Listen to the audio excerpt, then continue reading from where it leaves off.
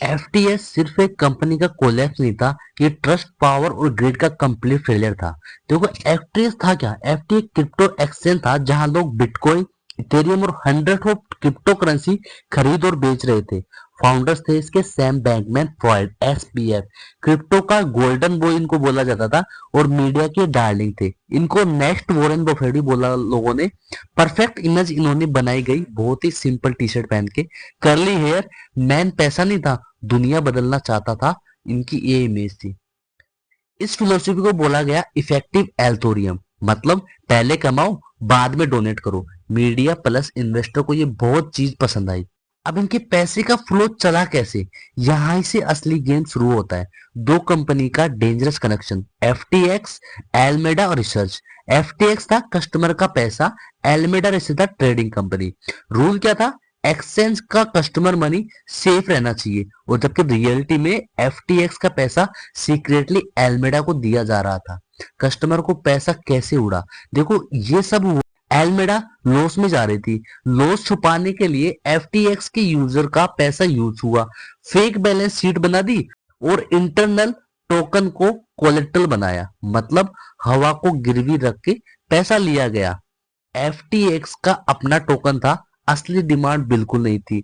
Price artificial pump किया गया जिससे टोकन का झूठ सामने आया, और एफटीएक्स और एल्मेडा एक दूसरे के एफटीटी होल्ड करते थे, पेपर वैल्यू दिखाकर लोन लेते थे, जैसे अपने ही नोट छापकर खुद को अमीर बोलना।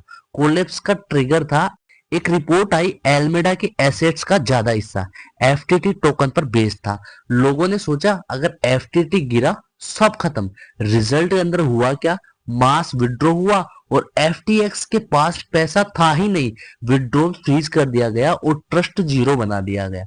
$32 बिलियन से बैंक हुई, एफटीएक्स कोलैप्स हो गया, मिलियंस ऑफ यूजर का पैसा अटक गया, क्रिप्टो मार्केट एकदम से क्रैश और इन्वेस्टर शॉक हो गए।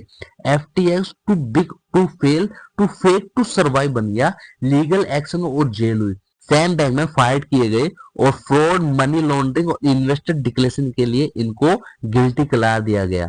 लॉन्ग प्रिजन सेंटेंस हुई, और ये डिजास्टर सिस्टम लेवल मिस्टेक नहीं, blind trust, centralization, no transparency की वजह से हुआ था। ब्लाइंड ट्रस्ट किया, मीडिया ने क्वेश्चन नहीं किया, इन्वेस्टर ने ऑडिट इग्नोर किया, और क्रिप्टो का नाम कंट्रोल एक आदमी के हाथ में नहीं होना चाहिए। No paper accounting, no real अडल्ट की वजह से ये एक डिजास्टर बना।